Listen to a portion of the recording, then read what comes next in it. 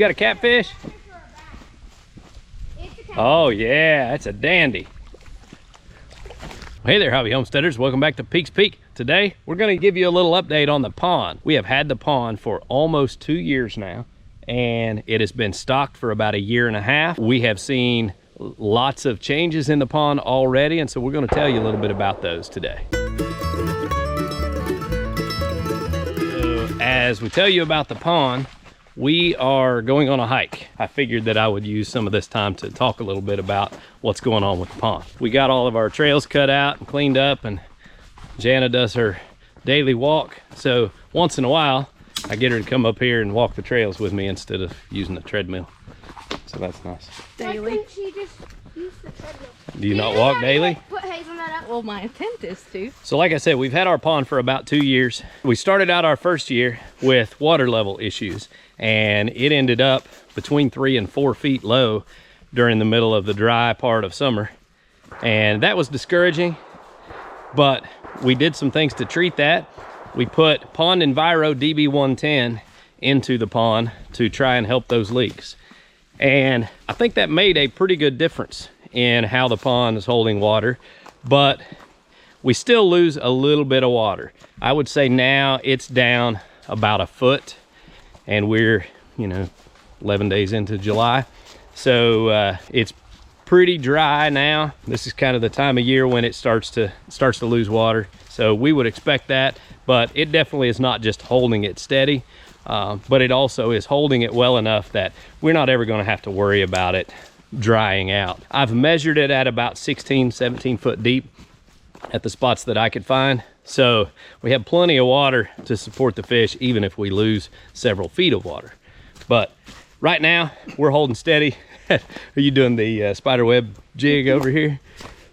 Yeah. But right now it's holding water pretty good. Like I said, it's down just a little over 1 foot or whatever, but no big deal. I have more than once jogging on trails gotten a spider straight in my mouth, so yeah, that's not fun. So what I'm excited about this year with the pond is that all of the fish have spawned, and this year I have seen bluegill that are like 2 inches long, which means that this spring the bluegill spawn, and those are the babies that are starting to grow, get a little bit of size to them, so that's exciting. But the next thing is our bass spawned this year, and I don't think they had time to spawn last year after we stocked them. They were too small. They didn't get big enough to spawn before for last season, but they definitely spawned this year. I saw them guarding beds, and then I've seen little 1-inch fry swimming around. So that's pretty exciting to see. Our catfish are getting big. Now, I really don't know if the catfish will spawn.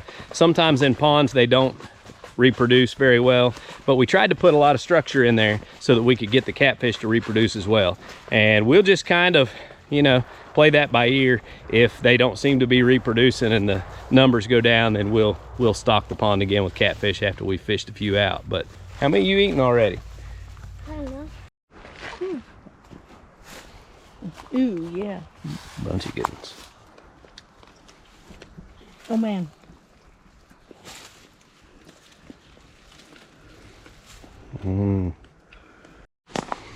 There's some good looking blackberries. Oh, I see that one. All kinds. I have to get up here and start picking. And it's been a good year for fishing in the pond. The bluegill are palm sized now. So of course, if you saw our video not too long ago, me and Caden had a catch, clean, and cook at the pond where we had some catfish and bluegill, and that was a whole lot of fun. The bass are getting big enough to start striking on small lures, and that's fun. I've kind of been trying to leave the bass alone for the most part until they get big enough that we can fish them, like you would normally bass fish. And that's going to be a lot of fun.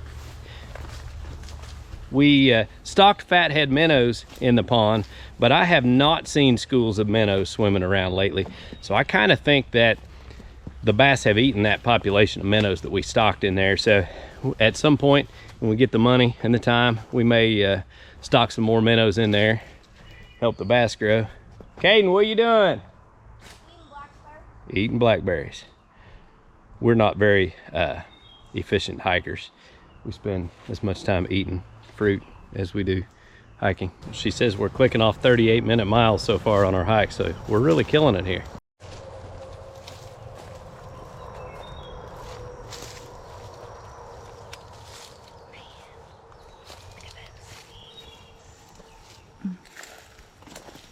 That one's so sweet.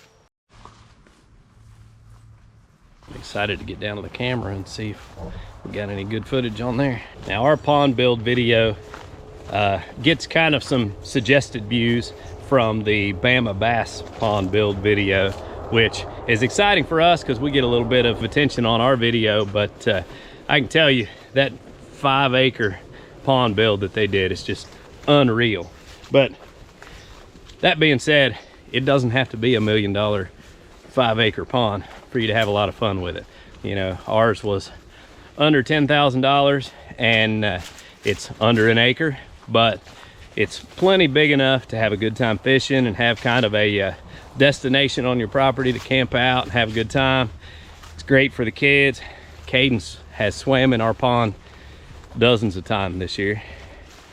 He loves to swim in the pond, so it just, a lot of enjoyment has come from that pond, so I feel like it's been a great investment for us, that's for sure. We spent a bunch of time clearing these trails and cleaning them up and cutting back the briars and all that just a few weeks ago, and they're already growing back into the trail.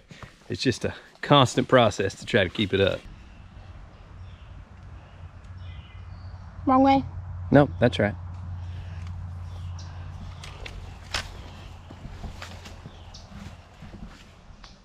Fire in the hole.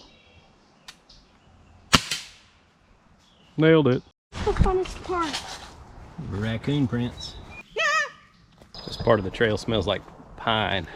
I like it.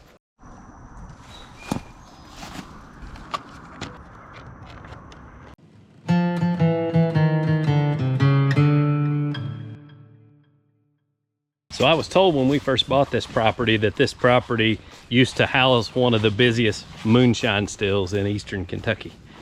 And so we are currently walking on Moonshine Trail, and I'll show you why here in just a second. As we were cleaning up trails, we came across this. This looks like an old moonshine jug, and it may or may not actually be old. Don't really care. Makes for a good story anyway. Now we're back at the very back corner of the property. This is the highest point on Peaks Peak, about 250 feet above the house and barn. Speaking of the woods, look at this. Wow.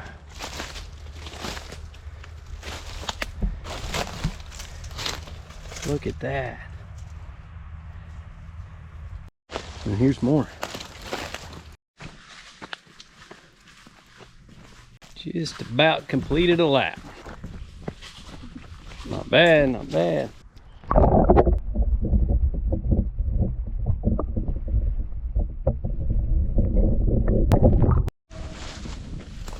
What? You got a catfish? Oh yeah, that's a dandy. Hey, wait, careful, don't break it. Don't break your line. Man, that's a fatty. That is a giant. That is a fatty. That's probably the biggest one we've caught. Yeah? Look at that. Right under his white belly. Oh my, he's gonna sting me. No, he won't. Grab him right there under his white belly. Right. Yep. Here? Yep. Grab him nice and firm. They're kind of hard to get hooks out of. Oh, sweet. Good job. Man, that's a dandy. Look at that.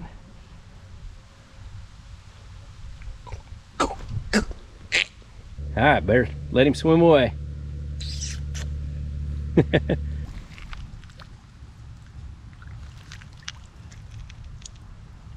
Yeah, buddy. That's awesome. Caught a bass. But that's only 3 points. I can't film myself and get him off at the same time. There we go. Nice little bass. About a 10-inch jobby. Whoop. Where did you catch? Oh, man. He's running off with it. Oh, you missed him. That's a fat bluegill right there. You need to tighten your drag. My goodness. Just like that, huh?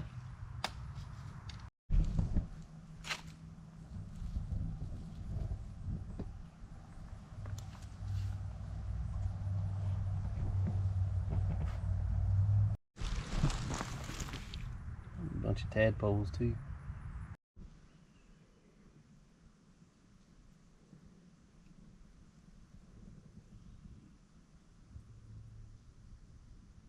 All right, guys, well, our camera's about to die, so we are going to call it a day. Hope you guys enjoyed the pond update and a little hike through the woods. I appreciate y'all watching. Y'all have a good day.